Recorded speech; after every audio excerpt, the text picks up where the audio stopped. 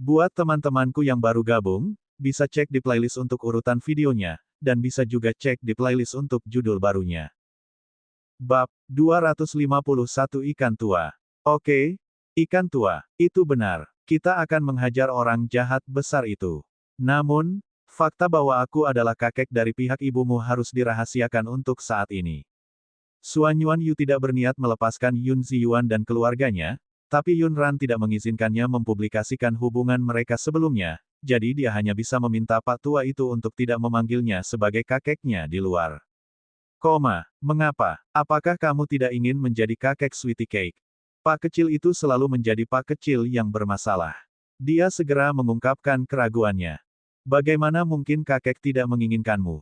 Kamu adalah bayi kecil kakek. Suan Yuan Yu tidak tahu bagaimana orang lain membesarkan anak kecil mereka. Anak kecilnya harus dibesarkan seperti harta karun. Lalu Sweetie Cake harus memanggil kakek apa? Pak kecil itu menjilat manisan Houghton. Tidak apa-apa asalkan kakek tidak meninggalkannya. Suan Yuan Yu berpikir sejenak. Paman pasti tidak akan melakukannya. Maka senioritasnya akan kacau. Panggil saja aku ikan tua, Yu. Ikan tua. Oke. Ikan tua. Suara Pak kecil itu terdengar nyaring sambil menyeringai. Penjaga rahasia di belakang Suan Yuan Yu tidak bisa berkata-kata. Tanda pisah tanda hubung. Kelompok itu tiba di luar istana Perdana Menteri. Suan Yuan Yu memerintahkan, hancurkan pintu ini. Ini merusak pemandangan. Hancurkan kedua singa batu itu. Mereka sangat jelek. Penjaga rahasia di belakangnya menerima perintah tersebut dan segera mengambil tindakan. Mereka merobohkan pintu istana Perdana Menteri dan menghancurkan dua singa batu di pintunya. Suan Yuan Yu membawa Little Sweetie Cake dan terus berjalan ke kediaman Perdana Menteri. Siapapun yang mencoba menghentikan mereka akan ditangani oleh penjaga rahasia di belakangnya. Para penjaga di istana Perdana Menteri juga tidak buruk, tapi dibandingkan dengan penjaga rahasia berdarah besi yang diasuh oleh Suan Yuan Yu, mereka bukanlah apa-apa. Sekarang, di 5 negara, hanya 12 divisi di bawah Mo Beiyuan yang dapat dibandingkan dengan Suan Yuan Yu dan pengawal rahasianya yang berdarah besi. Setelah menyebabkan keributan besar, Yun Ziyuan secara alami harus maju untuk melihat apa yang sedang terjadi.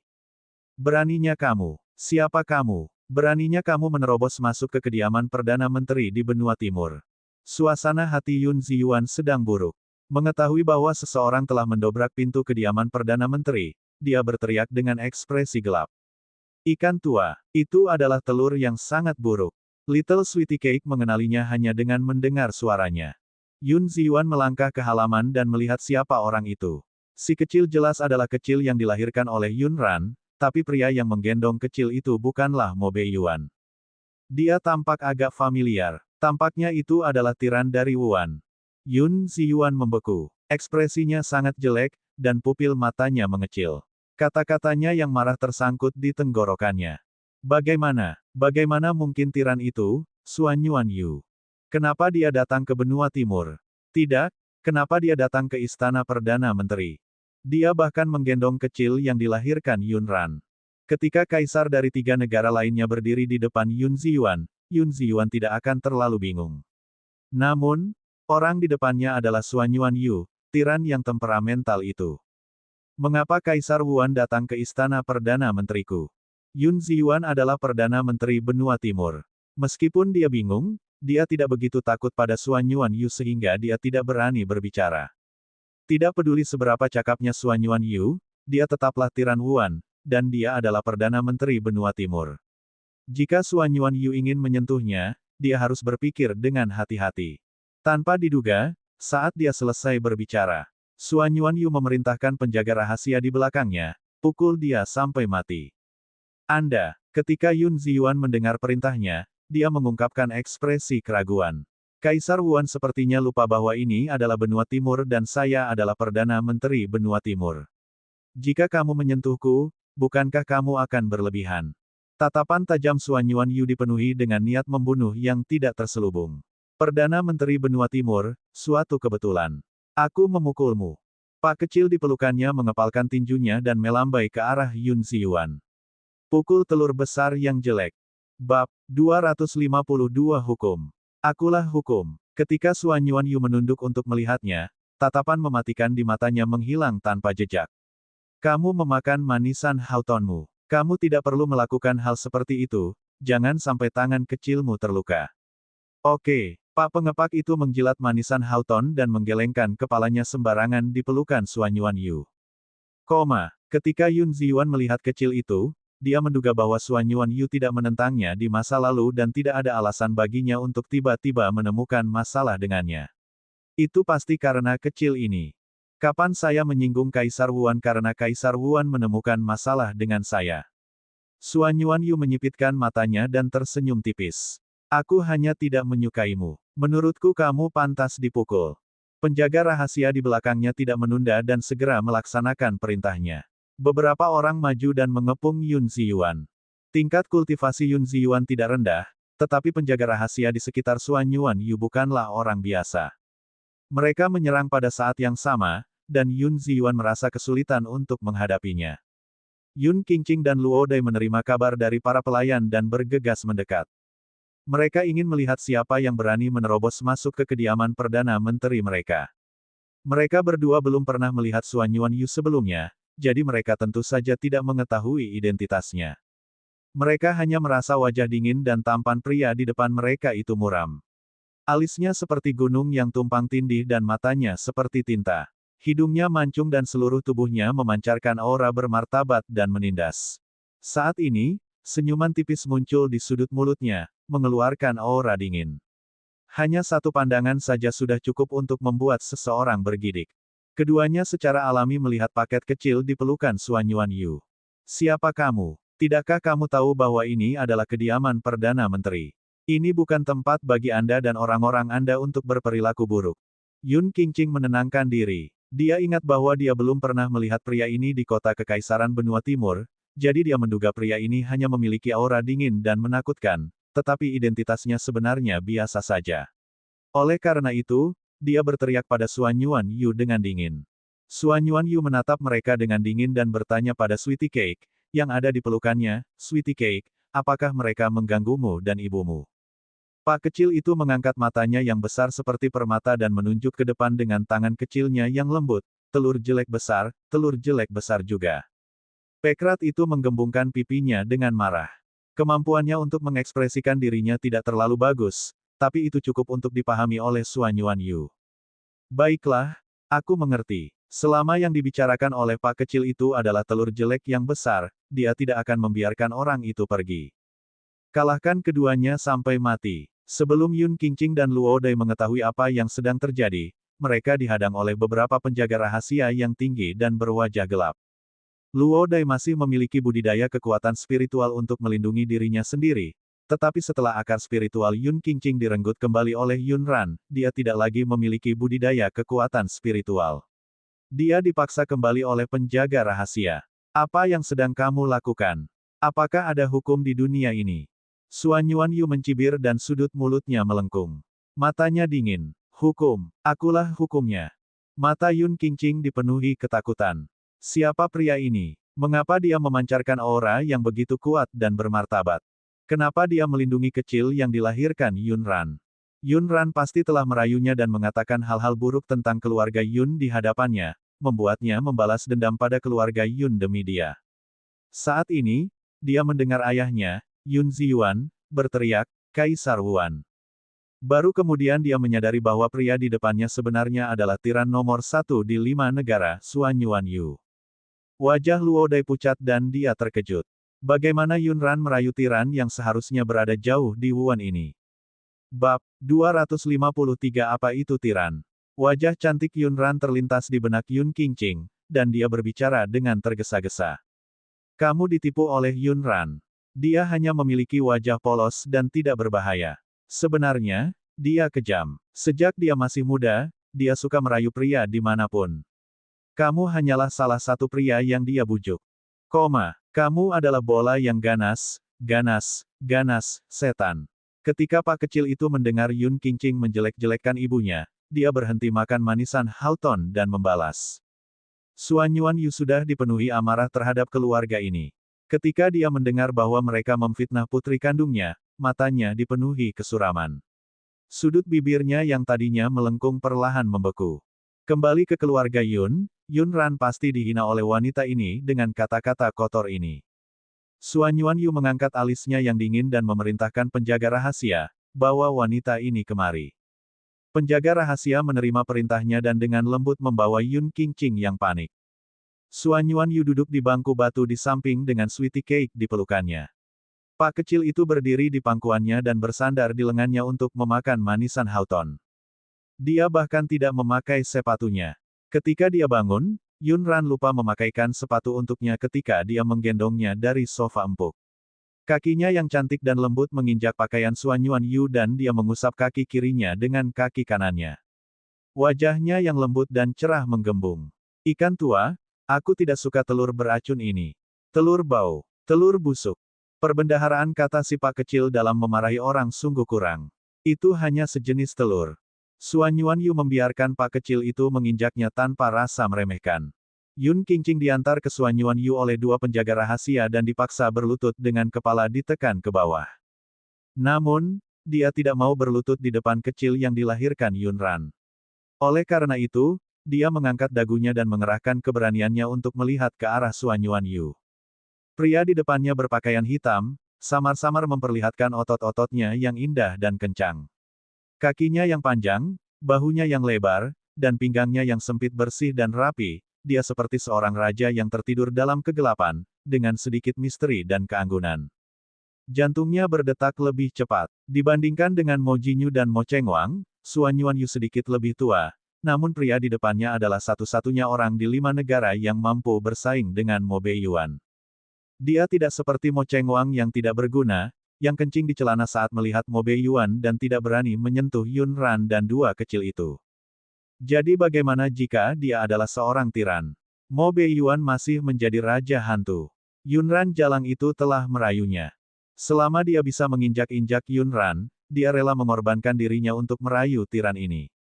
Dia tahu bahwa bagi pria seperti Suan Yuanyu, tidak ada kekurangan kecantikan di sekitarnya. Dia mungkin tidak cantik, tapi dia juga anggun dan halus. Selama dia menunjukkan bahwa dia berbeda dari wanita lain, dia akan mampu menarik perhatian Suan Yuanyu. Saya tahu Anda adalah tiran Wuan. Semua orang takut padamu, tapi aku tidak takut padamu. Yun Qingqing mengangkat lehernya dengan arogan dan menggigit bibirnya. Dia ingin mengeluarkan perasaan sedih, kontras dengan kekuatan. Pak kecil di pelukan Suan Yuanyu memutar mata hitamnya yang besar dan bertanya dengan suara kekanak-kanakan, ikan tua, apa itu tiran besar? Mengapa Poisonous Egg mengatakan bahwa ikan tua adalah tiran besar? Di masa lalu, Suan Yuanyu sama sekali tidak peduli dengan reputasinya. Seorang tiran adalah seorang tiran. Namun, saat ini, dia tidak ingin cucu kecilnya berpikir bahwa dia adalah telur yang sangat jahat. Oleh karena itu, dia berdehem dan berkata, dia kentut. Wanita ini sedang bergosip di depan cucunya yang berharga. Apakah dia sedang mencari kematian? Bab 254 Anak Paling Cerdas. Ah, dia kentut. Mata Pak kecil itu melebar. Kemudian, dia segera mengangkat tangan kecilnya yang gemuk dan menutup hidungnya. Berpikir bahwa kakek dari pihak ibu masih mengendus kentut, dia menahan napas dan dengan cepat menarik tangan besar Suan Yuanyu setinggi hidung dan mulutnya sebelum menutupi hidung dan mulutnya sendiri. Yun Qingqing terdiam. Dia ingin menarik perhatian Suan Yuanyu, tapi tidak dengan cara ini. Saya tidak. Dia tidak kentut sama sekali. Namun, tindakan kecil ini membuatnya tampak seperti dia benar-benar kentut di depan banyak orang. Bahkan penjaga rahasia di samping membuat gerakan mengelak dengan ekspresi menghina. Suan Yuanyu sedang bermain dengan cucunya yang berharga. Karena Pak kecil itu memintanya untuk menutup mulut dan hidungnya, dia akan menutupnya. Jika cucunya yang berharga mengatakan bahwa wanita ini kentut, maka dia kentut. Namun, ketika dia melihat wajah Pak kecil itu memerah, dia menyadari bahwa Pak kecil itu benar-benar menahan napas. Dia segera mengambil Pak kecil itu dan menjauhkan diri dari wanita itu. Baiklah, sweetie cake, berhentilah menahan nafasmu. Bernapaslah dengan cepat. Baru pada saat itulah Pak kecil itu melepaskan tangan kecilnya. Dia menarik napas dalam-dalam dan mengedipkan mata hitam besarnya. Oh, kue manis tahu. Telur beracun tidak bisa mengalahkanmu, jadi dia kentut dan ingin membuat kita bau. Suan Yuanyu berkata, kue manis kecil sangat pintar. Pak kecil itu paling suka dipuji. Dia mengangkat lehernya dan mendengus. Tentu saja, Sweetie Cake adalah anak yang paling pintar. Kalau begitu Sweetie Cake, katakan padaku, bagaimana kita akan menghadapinya. Pak kecil itu memikirkannya dengan serius. Kalau begitu, ayo beritahu semua orang. Beritahu semua orang bahwa dia telur yang bau dan suka kentut. Beritahu semua orang untuk tidak bermain-main dengannya. Kue manis kecil benar-benar anak terpintar. Suan Yuan Yu merasa saran Sweetie Cake cukup bagus. Bukankah wanita ini suka merusak reputasi orang lain? Yah, dia akan membiarkan dia merasakan dikritik.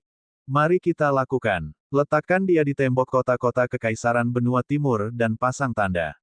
Tulislah sesuai dengan instruksi Little Sweetie Cake. Penjaga rahasia di sekitar Suan Yuan Yu telah melakukan segala macam misi berbahaya, tapi ini adalah pertama kalinya mereka bermain seperti ini. Harus dikatakan bahwa hukuman ini cukup menarik. Namun, keluarga Yun berada dalam situasi yang berbeda. Yun Qingqing gagal merayunya. Sebaliknya, dia diseret oleh beberapa penjaga rahasia. Apa yang sedang kamu lakukan? Apa yang sedang kamu lakukan? Ayah, Ibu, selamatkan aku, cepat selamatkan aku. Saat ini, Yun Ziyuan dan Luo Dai berada dalam kondisi yang sangat menyedihkan. Mereka terluka dalam tingkat yang berbeda-beda, jadi bagaimana mereka bisa punya waktu untuk menyelamatkannya? Mereka hanya bisa menyaksikan dia diseret. Tuan, apa yang terjadi? Kapan kediaman Perdana Menteri kita menyinggung Kaisar Wuan? Pada akhirnya, pasangan itu ditekan ke tanah oleh penjaga rahasia dan ditendang di depan Suan Yuan Yu. Rambut Luo Dai berantakan dan separuh wajahnya bengkak. Dia tidak lagi memiliki kebangsawanan seperti wanita kaya. Yun Ziyuan tidak jauh lebih baik darinya. Dia telah dipukul berkali-kali, dan darah masih mengalir dari sudut mulutnya. Salah satu matanya bengkak, dan ada luka di keningnya. Darah mengalir di pipinya. Apakah kamu idiot? Dia jelas di sini untuk mendukung anak itu. Yun Ziyuan mengertakkan gigi karena kebencian. Dia benar-benar tidak beruntung hari ini. Pertama, Bai Wan diselamatkan oleh seseorang, dan kemudian tiran ini, Suan Yuan Yu, tiba-tiba muncul dan ingin berurusan dengan mereka tanpa sepatah kata pun. Yun Ran si kecil itu benar-benar tahu cara menaiki tangga sosial. Suatu saat, itu adalah Raja Hantu Mobe Yuan, dan saat berikutnya, itu adalah tiran Suan Yuan Yu. Namun, kedua orang ini adalah eksistensi yang bahkan Perdana Menteri tidak mampu untuk menyinggung perasaannya. Bab 255 melangkah terlalu jauh. Suan Yuan Yu teringat kata-kata Yun Ran. Dia tidak bisa mengambil nyawa keluarga Yun untuk saat ini. Selain itu, dia masih berhati-hati dalam membunuh seseorang di depan Pak kecil itu. Mereka pernah menindas Sweetie Cake sebelumnya, kan? Bagaimana kita harus menghadapinya? Suan Yuan Yu menopang lengannya dan berjalan ke depan seolah sedang bermain dengan anak di pelukannya. Pak kecil itu memiringkan kepalanya. Ekspresi wajahnya sangat serius. Setelah beberapa saat, ia berkata, "Ya, mereka tidak mendandani Sweetie Cake dan Brother, dan Sweetie Cake juga tidak mendandani mereka." Pak kecil itu menyimpan dendam. Yang terpenting, ingatannya bagus. Dia ingat dengan jelas semua keluhan yang dideritanya di kediaman ini. Saat Pak kecil itu berbicara, dia menghitung dengan jarinya. Juga, telur busuk besar memberi makan nasi bau Sweetie Cake, dan Sweetie Cake akan memberi mereka nasi bau. Telur besar yang jelek itu mengunci Sweetie Cake dengan rantai dan membuat Sweetie Cake menggonggong seperti anjing. Sweetie Cake juga akan membuat mereka menggonggong seperti anjing. Saat Pak kecil itu menghitung skor sebelumnya, Yun Hai kembali. Sebelumnya, dia pernah diintimidasi di rumah dan baru saja kembali dari minum di luar. Dia mengayunkan tubuh gemuknya dan berjalan ke halaman. Dia menatap dengan mabuk ke arah paket kecil di pelukan Suan Yuan Yu dan sekilas mengenalinya. "Kecil, beraninya kamu kembali. Di mana wanita jalang itu, Yun Ran? Kenapa dia tidak kembali? Apakah dia takut untuk kembali? Atau apakah dia berada di tempat tidur pria dan tidak bisa turun?" Yun Hai sudah dipenuhi amarah dan tidak punya tempat untuk melampiaskannya. Sekarang dia mabuk dan melihat Sweetie Cake, dia tidak keberatan mengucapkan kata-kata kotor seperti itu di depan anak itu. Tidak ada orang biasa yang bisa mentolerir seseorang membicarakan putrinya seperti itu, apalagi Suan Yuan Yu. Kue manis, jadilah baik. Tutup matamu dan buka nanti. Ah, ikan tua, Kenapa Sweetie Cake harus menutup matanya? Sweetie Cake sudah tidur. Karena aku akan bermain game denganmu. Tutup matamu, lalu buka lagi, dan penjahat besar ini akan menghilang. Ketika Pekrat mendengar bahwa itu adalah sebuah permainan, dia mengangguk dengan penuh semangat. Baiklah, tutup matamu. Bersikaplah baik dan jangan mengintip. Suan Yuanyu menghunus pedangnya dan memenggal kepala Yun Hai. Kemudian, dia menatap istri Perdana Menteri yang tak sadarkan diri itu dengan pandangan meremehkan dan pergi bersama Pak kecil itu. Sebelum pergi, dia memberi perintah kepada penjaga rahasia itu. Ikuti instruksi Sweetie Cake dan rangkai. Lepaskan pakaian mereka dan buang ke dalam ember air kotor. Ya, tanda pisah tanda hubung. Di rumah Yuan, Yunran meninggalkan halaman Baiwan dan datang untuk melihat luka Mo Beiyuan. Saat pedang ditusukkan padanya, wajah Mo Beiyuan tanpa ekspresi. Dia begitu tenang seolah pedang itu tidak menusuknya sama sekali. Yunran tidak tahu dari ekspresinya apakah dia terluka parah, jadi dia datang untuk melihatnya. Sebelum dia melangkah ke halaman, dia mendengar suara Thunderbolt. Tuan Muda Feng Chen tidak ada di sini sekarang. Terlalu lambat pergi ke istana untuk mengundang tabib istana. Mengapa kita tidak membiarkan Nona Huo datang dan melihatnya? Aku memintamu untuk mengundangnya ke istana, jadi kamu akan mengundangnya. Mengapa kamu berbicara terlalu banyak omong kosong? Thunderbolt tahu bahwa dia tidak bisa membujuknya lagi, tapi dia tidak bisa mengerti. Dengan keahlian tuannya, bagaimana dia bisa ditusuk dan terluka begitu parah?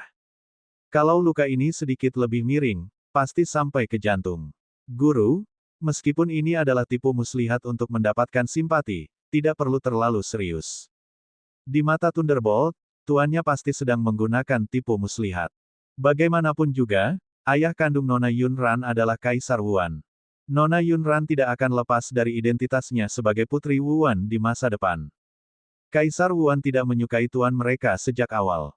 Ditambah dengan masalah antara tuan mereka dan Nona Yunran, bukan tidak mungkin menggunakan beberapa skema untuk membuatnya tetap tinggal. Namun, bukankah tuan mereka bertindak terlalu jauh? Bab 256 Aku berutang padanya. Mata dingin Mo Beiyuan mengandung kehangatan yang belum pernah ada sebelumnya, dan matanya tidak lagi tenang. Itu bukan tipu muslihat. Aku berhutang budi padanya. Pedang Suan Yuanyu sepertinya telah menusuknya hingga terjaga. Antara dia dan Yunran, dia memang telah menariknya ke dalam jurang dan menghancurkan kehidupannya yang dianggap indah. Jika bukan karena dia tidak akan diganggu oleh orang lain.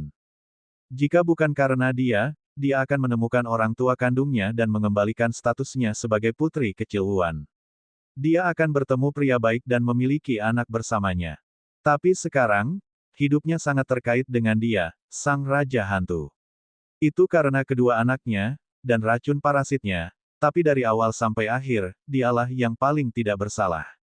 Sebelumnya, dia merasa satu-satunya perbedaan antara dia dan tunangannya yang sudah meninggal adalah mereka terikat oleh racun parasit. Oleh karena itu, dia harus melindunginya dan tidak membiarkan apapun terjadi padanya. Mungkin karena dia terlahir dingin, atau mungkin karena dia tidak memiliki perasaan yang sebenarnya terhadapnya selama bertahun-tahun, tapi dia tidak merasa berhutang apapun padanya.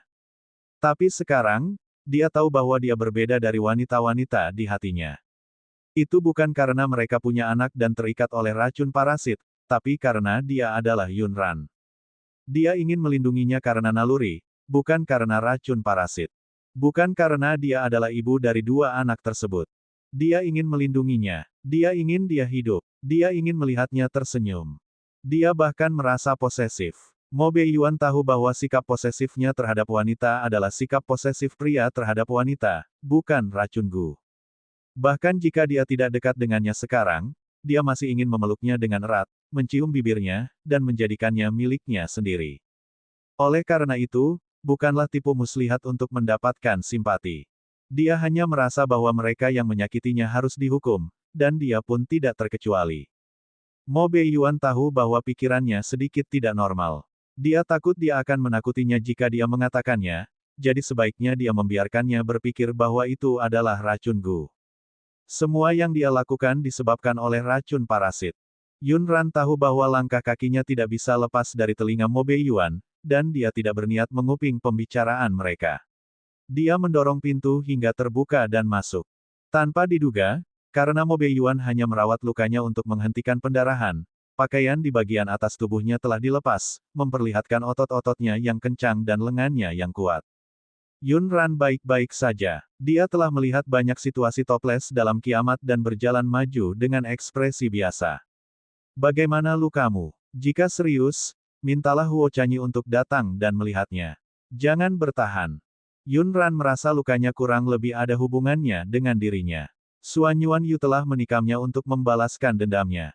Jika pengobatan tertunda dan menimbulkan gejala sisa, dia akan merasa tidak enak. Kamu tidak perlu melakukannya. Mo Beiyuan tidak menyangka dia akan muncul di sini. Sepasang mata heterochromia dengan jelas menatapnya dengan beberapa emosi. Dia ingin bertanya padanya apakah dia mengkhawatirkannya, tapi dia tidak bertanya. Sebaliknya, dia menertawakan dirinya sendiri di dalam hatinya. Kalimat terakhir Suan Yuan Yu sepertinya terpatri dalam di benaknya dan terus bergema. Orang yang telah menyakitinya tidak layak untuk mencintainya. Oleh karena itu, kemungkinan besar Yun Ran telah mengklasifikasikannya sebagai seseorang yang telah menyakitinya sejak awal. Itulah sebabnya ketika dia mengatakan bahwa dia ingin memberinya posisi permaisuri Yuan, dia mencibir dan mengatakan kepadanya bahwa tidak semua orang menyukai posisi itu. Jika dia ingin menikahi seseorang, dia hanya akan menikah dengan orang yang sangat dia sukai. Dan orang ini tidak mungkin dia. Di masa lalu, Mo Beiyuan sama sekali tidak mempedulikan pikirannya. Tidak masalah baginya jika dia tidak mau mengambil posisi permaisuri Yuan. Tapi sekarang, dia merasa bahwa setiap kata-katanya sepertinya memberitahunya bahwa tidak mungkin ada di antara mereka. Bab 257 Sakit. Yun Ran tidak tahu apa yang dia pikirkan. Dia mendekat untuk melihat lukanya. Mungkin karena dia terlalu dekat, ada sedikit aroma obat di hidungnya. Lukanya seharusnya sudah diobati dengan obat dan dibalut, namun darah masih merembes keluar dari lukanya. Kain putih yang melingkari dadanya sebagian besar sudah diwarnai merah oleh darah. Meskipun Yun Ran bukan seorang dokter, dia bisa melihat sekilas bahwa lukanya tidak ringan. Thunderbolt, panggil Huo Chanyi untuk memeriksanya. Dia berhenti sejenak sebelum menambahkan, jangan beritahu Bun tentang hal ini, kalau-kalau dia khawatir. Minta saja Huo Chanyi untuk datang sendiri. Katakan padanya aku sedang mencarinya. Itu terutama karena begitu Bun mengetahui hal ini, tidak akan mudah untuk menjelaskannya. Bagaimana dia bisa terluka? Apakah kakek menikamnya dengan pedang? Mengapa kakek melakukan hal tersebut? Yun Ran benar-benar tidak bisa menjelaskan kepada kedua anaknya tentang dia dan Mo Beiyuan. Kecelakaan, racun Gu. Dia tidak punya pilihan selain terlibat. Halilintar setuju. Tanpa melihat ekspresi tuannya, dia berbalik dan segera memanggil bantuan. Dia tidak mengerti mengapa tuannya, seorang pria bermartabat, begitu pemalu. Bukankah dia hanya meminta wanita muda itu untuk memeriksa lukanya? Bukannya dia telanjang. Sambil menunggu seseorang, Yun Ran merasa dia harus mengatakan sesuatu, jadi dia berdeham. Mo Beiyuan, kami tidak berhutang apapun satu sama lain. Anda tidak perlu melakukan ini. Yun Ran memiliki ingatan tuan rumah, jadi dia tahu bahwa tuan rumah tidak membencinya sama sekali. Sebaliknya, setelah mengetahui dirinya, hatinya dipenuhi antisipasi saat ia melahirkan kedua anaknya. Saat kedua anaknya lahir, Hosti pun berbahagia. Karena di dalam hati tuan rumah, tidak peduli siapa ayah dari kedua pak kecil itu adalah anak-anaknya dan keluarganya. Yun Ran juga berpikir begitu. Oleh karena itu, dia benar-benar tidak memiliki kebencian terhadap Mo Beiyuan. Namun, semakin dia mengklarifikasi hubungan mereka dan berpura-pura tidak peduli, Mo Beiyuan semakin merasa tidak nyaman. Dia menatapnya dengan ekspresi gelap. Yun Ran juga tahu bahwa ekspresi wajah pria itu agak jelek, tapi dia tidak bisa membaca pikirannya dan tidak bisa menebak apa yang dipikirkannya. Thunderbolt dengan cepat membawa Huo Chanyi kemari. Namun, tuannya tidak mengizinkan siapapun mendekatinya. Gadis kecil itu bergegas mendekat dan diusir begitu dia sampai di pintu. Saya berkata bahwa saya tidak membutuhkan dia untuk mentraktir saya. Thunderbolt, apakah kamu mencoba memberontak? Thunderbolt terjebak di pintu. Dia tidak bisa maju atau mundur.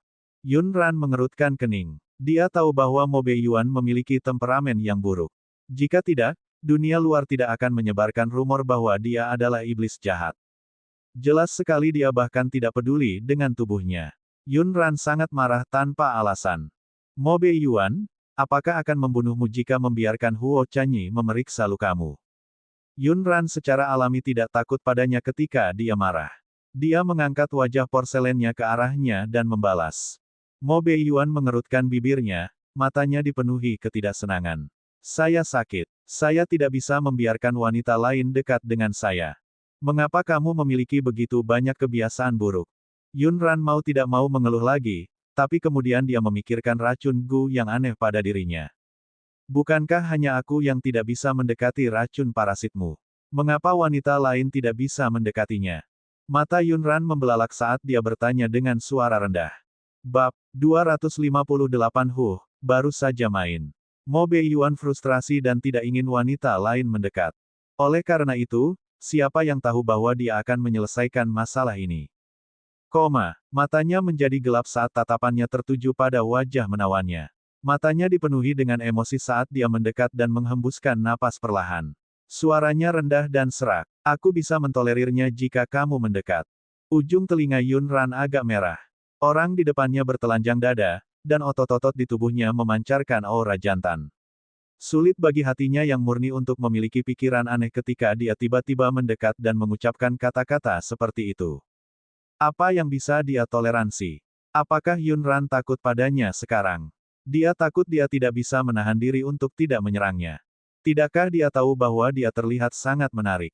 Belum lagi, mereka memiliki racun parasit yang membuat mereka tertarik satu sama lain. Yun Ran menarik napas dalam-dalam dan mengatur napasnya. Dia mengambil teh di meja di sampingnya dan menyesapnya untuk menyembunyikan kepanikannya. Tatapan Mo Beiyuan mengikuti gerakannya. Dia memperhatikan cangkir teh yang dia bawa ke mulutnya dan ingat bahwa itu adalah cangkir yang pernah dia gunakan sebelumnya. Tempat di mana bibirnya menempel kebetulan adalah tempat dia minum teh. Apakah itu bagus? Ah, enak. Yun Ran menjilat bibirnya, memperlihatkan lidah kecil berwarna merah muda, dan tersenyum padanya. Wajah kecilnya yang bersih tampak cerah dan cantik. Yun Ran merenung sejenak dan merasa dia tidak bisa melarikan diri. Topik ini harus dilanjutkan. Kalau tidak, bagaimana dia bisa tahu gejala aneh apa lagi yang dimiliki racun parasit di tubuhnya? Jadi, apa jadinya jika wanita lain mendekatimu? Mo Beiyuan bertemu dengan sepasang mata hitam dan murni itu. Sulit dipercaya bahwa seseorang yang telah mengalami begitu banyak hal buruk bisa memiliki sepasang mata yang bersih. Sesuatu akan terjadi. Apa yang akan terjadi? Sesuatu yang besar. Mo Beiyuan tidak tahu kapan dia berniat menggodanya. Dia merasa sangat menarik menggodanya seperti ini. Mo Beiyuan, bisakah kamu menjelaskannya? Yun Ran melihat lukanya dan mengerutkan kening. Orang ini mungkin mempunyai banyak darah. Dia baru saja bermain. Aku akan membuangnya. Yun Ran berkata, buang saja. Apakah maksud Anda ketika orang-orang itu mendekat, Anda akan merasa sangat tidak nyaman hingga ingin mengusir mereka? Apakah racun parasit itu mempunyai gejala yang aneh? Jadi, hanya aku yang bisa dekat denganmu sekarang, tapi tidak ada orang lain yang bisa. Maka wanita yang meracunimu benar-benar sangat membencimu. Dia ingin kamu menjadi biksu. Setelah bertanya, Yun Ran tidak terlalu memikirkannya. Lagi pula, gejala racun Gu ini memang cukup aneh. Dia sendiri telah mengalaminya berkali-kali. Karena dia bisa bereaksi terhadapnya, dia mungkin memiliki reaksi berbeda terhadap orang lain. Jika itu masalahnya, biarkan aku memeriksa lukamu. Setidaknya dia tidak akan mengusirnya. Mo Beiyuan tidak berbohong padanya. Sebelum dia diracuni, dia tidak suka wanita lain dekat dengannya. Oleh karena itu, tidak akan ada pelayan perempuan di sisinya, bahkan seorang pengasuh tua pun tidak. Dia tidak ingin Huo Chanyi merawatnya, tetapi dia tidak berharap Yun Ran mengerti bahwa itu karena racun parasit dan bahkan bersedia merawatnya secara pribadi. Oke, di luar pintu, Huo Chanyi dan Thunderbolt menunggu lama, tetapi mereka tidak mendengar apapun dari Mo Beiyuan, yang berubah pikiran. Sebaliknya, Yun Ran, yang keluar rumah, datang. Chanyi, apakah kamu punya obat untuk mengobati luka pedangnya? Aku akan melamarnya. Huo Chanyi menganggukkan kepalanya dan menyerahkan obat itu padanya. Jadi, apakah dia di sini untuk mengantarkan obatnya? Yun Ran bertanya lagi, Jika lukanya begitu besar sehingga tidak bisa sembuh dengan sendirinya dan kita tidak bisa mengobati darahnya bahkan dengan obat, apa yang harus kita lakukan? Bab 259 tidak bisa memeluknya. Yun Ran telah menyadari sebelumnya bahwa pedang Xuan Yuan Yu adalah jenis pedang berat. Lukanya sangat besar, jadi luka yang tertinggal pasti sangat besar. Oleh karena itu, mengoleskan salep pada luka saja tidak akan menghentikan pendarahan. Thunderbolt juga mengangguk dan menambahkan, cedera guru tidak ringan. Letaknya di dada kirinya, itu berlumuran darah. Saya tidak tahu apakah tulang rusuknya terluka. Huo Chanyi tidak melihat adanya luka, jadi dia hanya bisa memberi mereka rencana perawatan berdasarkan deskripsi mereka. Tidak apa-apa jika tulang rusuknya tidak terluka. Jika sudah terlanjur menembus, kemungkinan besar organ di bawah tulang rusuk akan terluka. Hal itu kemungkinan besar akan mengancam jiwa. Yun Ran mengerutkan kening dan menyadari keseriusan masalah ini. Dia benar-benar tidak mengerti mengapa Mo Beiyuan, yang sangat menghargai hidupnya, tidak tahu bagaimana cara menghindar ketika dia melihat pedang menusuk ke arahnya. Lalu bagaimana kamu tahu kalau tulang rusukmu terluka? Cara paling sederhana adalah dengan membuka daging dari lukanya dan memeriksanya. Saat Huo Chanyi berbicara, dia mengeluarkan kotak obat kecilnya dan menyerahkannya kepada Yun Ran. Ada alat di sini. Anda bisa menggunakannya untuk membuka dagingnya. Hanya saja masyarakat awam mungkin akan merasa risih saat melihat adegan berdarah. Yun Ran, bisakah kamu melakukannya? Yun Ran tidak berani mengatakan apapun lagi, tapi dia telah berada dalam kiamat selama bertahun-tahun. Daya tahannya dalam menghadapi darah sungguh tak terkalahkan. Oh, aku tidak keberatan. Kalau tulangnya tidak sakit, tutup lukanya, beri obat, dan balut, maka akan sembuh. Yun Ran mengangguk. Dia bukanlah seorang pemula murni. Dalam kiamat, cedera eksternal adalah situasi paling umum bagi orang-orang seperti dia yang menjalankan misi. Masih banyak persediaan medis di kamarnya, tapi dia tidak tahu apakah itu sudah kadaluarsa, jadi dia tidak berani mengeluarkannya untuk digunakan. Meskipun fasilitas medis di sini tidak terlalu maju, Huo Chanyi adalah seorang jenius dalam bidang kedokteran, dan keterampilan medisnya masih sangat baik. Yun Ran menanyakan semua yang perlu dia ketahui sebelum kembali ke kamar dengan membawa kotak obat kecil. Sesuai instruksi Huo Chanyi, Yun Ran terlebih dahulu melepaskan ikatan kain putih yang melilit tubuh Mo Beiyuan. Kemudian, dia mencuci lukanya dengan anggur kental dan menggunakan alat untuk membuka dagingnya. Setelah memastikan tulang rusuknya tidak patah, dia menghela nafas lega. Langkah selanjutnya adalah menjahit luka, memberikan obat, dan membalutnya. Yun Ran sangat tenang. Dia menunduk dan menyelesaikannya dengan hati-hati selangkah demi selangkah. Sepanjang seluruh proses, tangannya sangat stabil. Mustahil untuk mengatakan bahwa dia merasa bingung untuk pertama kalinya. Bahkan saat dia menjahit lukanya, setiap jahitan dilakukan dengan cepat dan tepat. Namun, Mo Beiyuan tidak setenang dia. Sepanjang waktu, napasnya dipenuhi aroma manis dari tubuhnya. Dari waktu ke waktu, rambutnya bergesekan dengan dadanya. Karena dia telah jatuh cinta padanya dan karena racun Gu, semua ini hanyalah siksaan baginya. Dia telah menggali lubang untuk dirinya sendiri. Saat Yun Ran fokus menjahit lukanya, hati Mo Beiyuan terasa gatal karena rambutnya. Dia mengangkat lengannya dan melingkari pinggang rampingnya di udara seolah-olah dia sedang dalam pelukannya. Dia tersenyum bahagia. Yun Ran mendongak dan melihatnya tersenyum tipis. Dia berpikir bahwa orang ini benar-benar kejam. Dia benar-benar bisa tertawa ketika seutas tali tebal ditarik ke dagingnya. Baiklah, selesai. Untuk pertama kalinya, Yun Ran merasakan pencapaian. Chanyi juga bilang kamu harus hati-hati dengan makananmu. Anda tidak boleh menyentuh makanan pedas, dan Anda tidak boleh melakukan sesuatu yang terlalu keras. Anda perlu memulihkan diri. Jangan pegang sweetie cake selama jangka waktu ini. Tidak bisa menggendongnya. Dia bisa mentolerir tabu sebelumnya. Lagi pula, dia tidak pernah punya makan. Tapi karena tidak bisa membawa paket kecilnya, permintaan ini agak sulit baginya. Mengapa? Yun Ran meliriknya dengan lembut. Apa maksudmu kenapa? Saya sudah mengatakan bahwa Anda tidak dapat melakukan sesuatu yang kuat. Pegang dia. Saya pikir Anda tidak ingin luka Anda sembuh. Pak kecilnya sangat lucu. Setiap kali dia digendong, dia akan menggerakkan anggota tubuhnya. Bahkan jika Huo Chanyi secara pribadi menjahit lukanya, dia tidak akan mampu menahan siksaan si paket kecil itu. Bab 260 berhenti menggertak.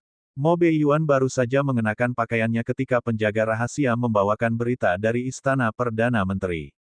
Kaisar Wuan membawa Sweetie Cake ke kediaman Perdana Menteri dan menggantung putri tertua kediaman Perdana Menteri di luar gerbang kota. Dia membunuh tuan muda tertua di kediaman Perdana Menteri dan mengikat Perdana Menteri dan istrinya sebelum melemparkan mereka ke dalam ember di gang belakang restoran terbesar di kota kekaisaran. Yun Ran terdiam. Tunggu, bukankah dia membawa Little Sweetie Cake untuk membeli manisan Houghton? Bagaimana dia bisa sampai ke istana Perdana Menteri? Penjaga rahasia itu menjawab, mereka pergi membeli manisan Houghton. Mereka juga pergi ke kediaman Perdana Menteri. Juga pergi. Yun Ran sama sekali tidak mengira ini dilakukan dengan santai. Suan Yuan Yu seharusnya pergi untuk membalaskan dendam mereka. Kenapa dia membunuh Yun Hai? Yun Ran tentu saja tidak peduli jika Yun Hai meninggal. Dia khawatir Suan Yuan Yu akan menyerang istana Perdana Menteri di bawah pengawasan Kaisar Benua Timur dan menamparkan wajah Kaisar Benua Timur. Hubungan damai antara kedua negara akan terputus. Sudut mata Mo Beiyuan terkulai, dan ekspresinya sangat dingin. Pupilnya seperti langit malam di musim dingin, memancarkan rasa dingin yang tidak bisa dihilangkan. Apakah dia membunuh seseorang di depan Sweetie Cake? Demikian pula, Mo Beiyuan tidak peduli apakah Yun Hai sudah mati atau belum. Yang dia pedulikan adalah apakah Suan Yuan Yu telah membunuh seseorang di depan kue manisnya. Berapa umur Pak kecil itu? Dia tidak ingin Pak kecil itu menyaksikan adegan berdarah dan brutal seperti itu. Suan Yuan Yu tidak bisa mengendalikan emosinya. Membunuh seseorang di depan Pak kecil itu adalah alasan mengapa Mo Beiyuan marah. Penjaga rahasia melaporkan apa yang terjadi di kediaman Perdana Menteri dengan jujur. Tidak, ketika Kaisar Wuan menyerang, dia membuat Sweetie Cake menutup matanya dan menyerang dengan sangat cepat. Yun Hai bahkan tidak sempat berteriak sebelum dia dipenggal. Setelah mendengar kata-katanya, ekspresi Mo Beiyuan sedikit membaik.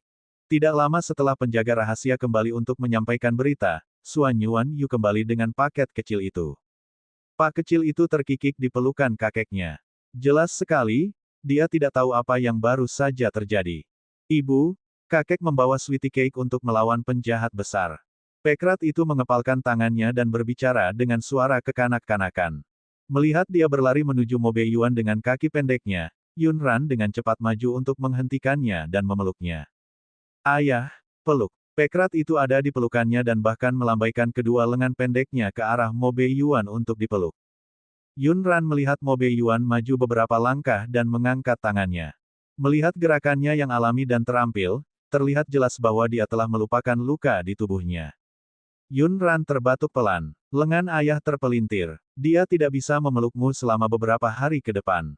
Gadis kecil yang cantik dan lembut itu melebarkan mata hitamnya yang besar dan berseru kaget, apa maksudmu dengan lengan terpelintir? Yun Ran menjelaskan, hanya saja lengannya terluka dan dia tidak bisa menggendongmu lagi. Apakah ayah terluka? Senyuman di wajah Pak Rat menghilang dan dia menunjukkan ekspresi khawatir. Air mata di matanya yang besar dan gelap keluar sesuka hatinya. Yun Ran mengagumi saluran air matanya yang sangat berkembang.